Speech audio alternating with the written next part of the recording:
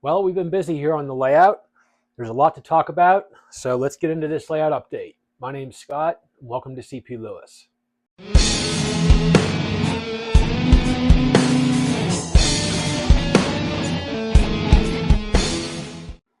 Okay, so we're going to start over here on the yard side of the layout, Lewistown Yard.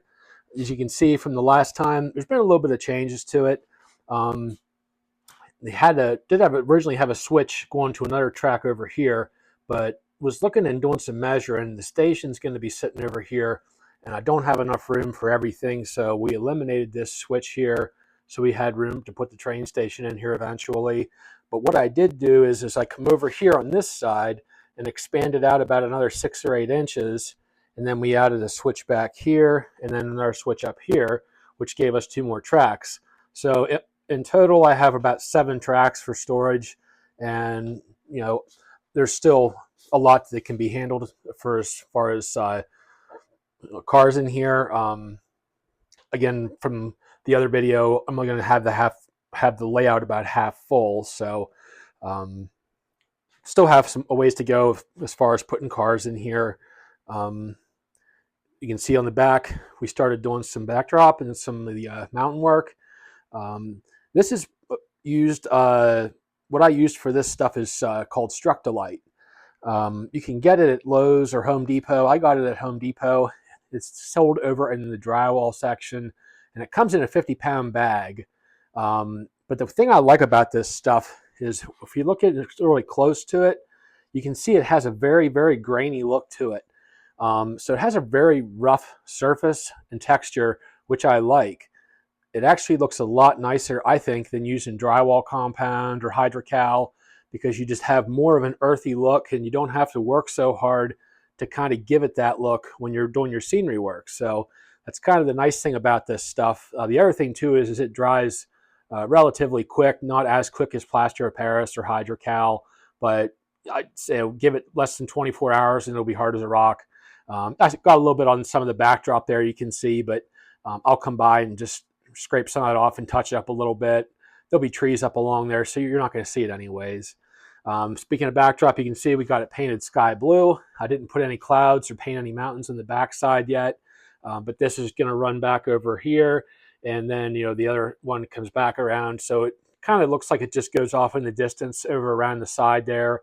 Once I get some more room, we'll be able to look, and I'll show you more back there as far as how that looks and what that looks like.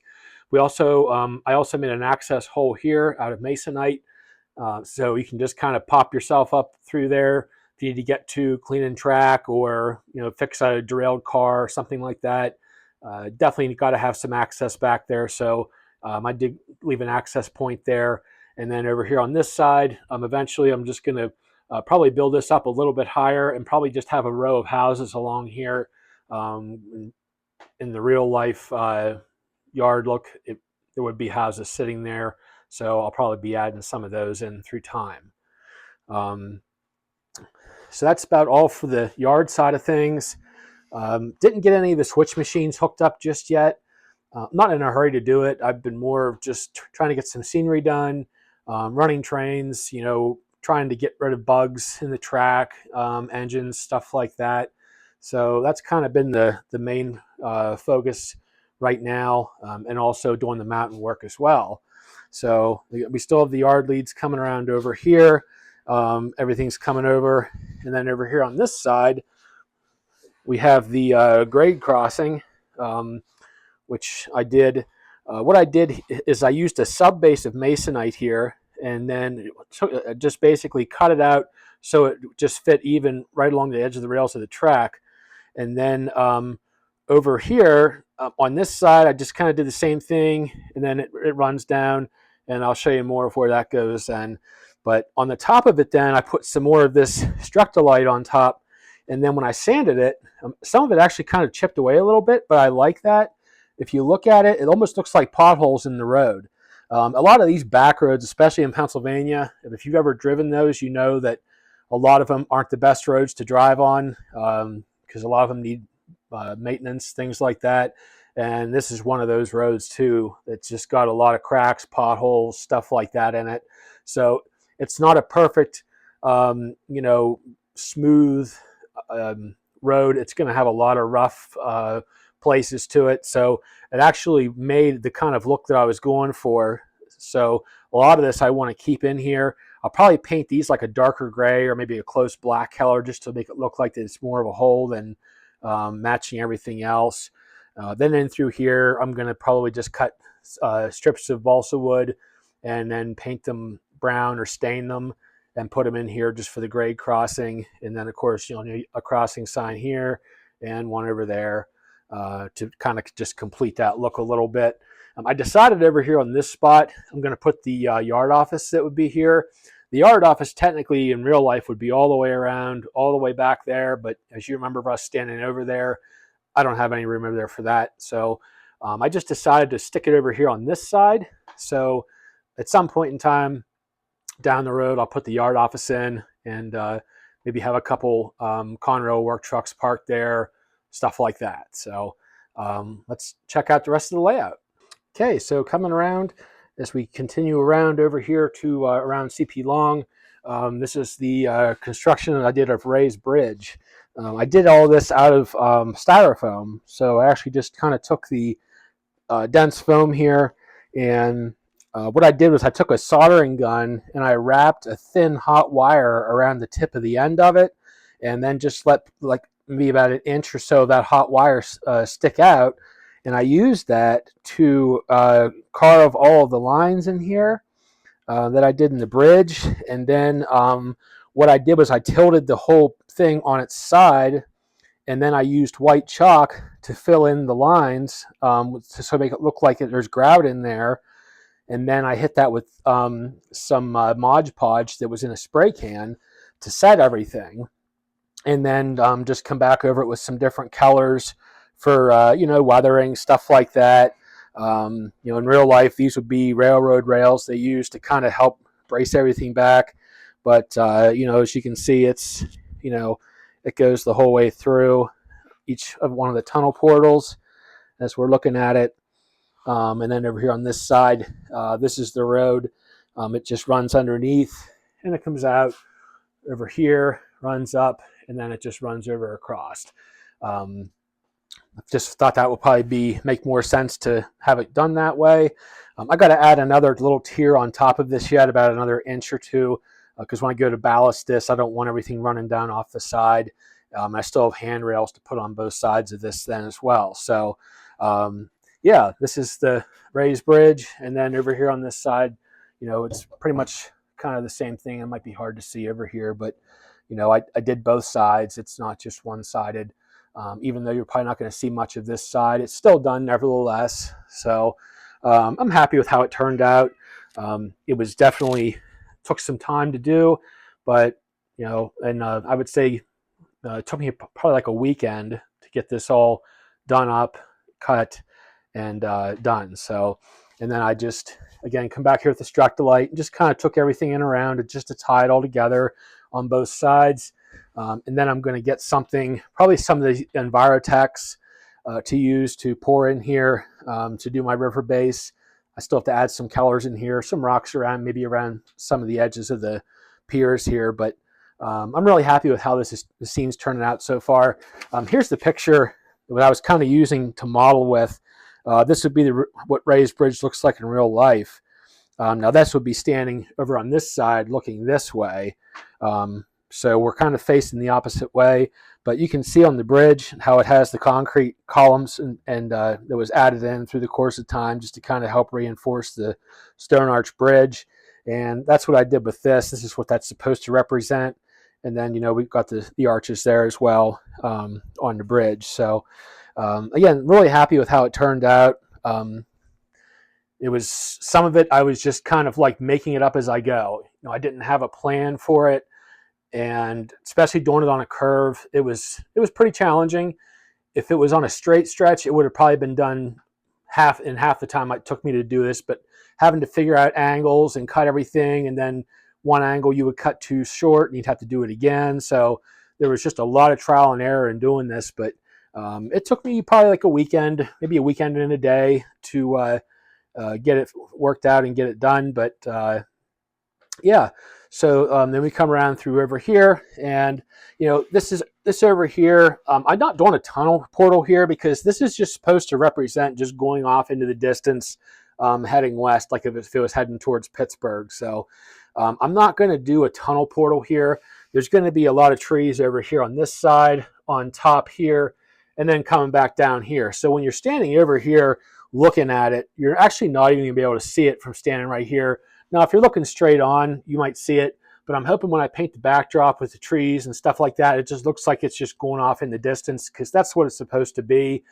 There would be no tunnels between here and Spruce Creek, which would be up towards Tyrone, Altoona area. So not using that for that. It's just creating to go off in the distance.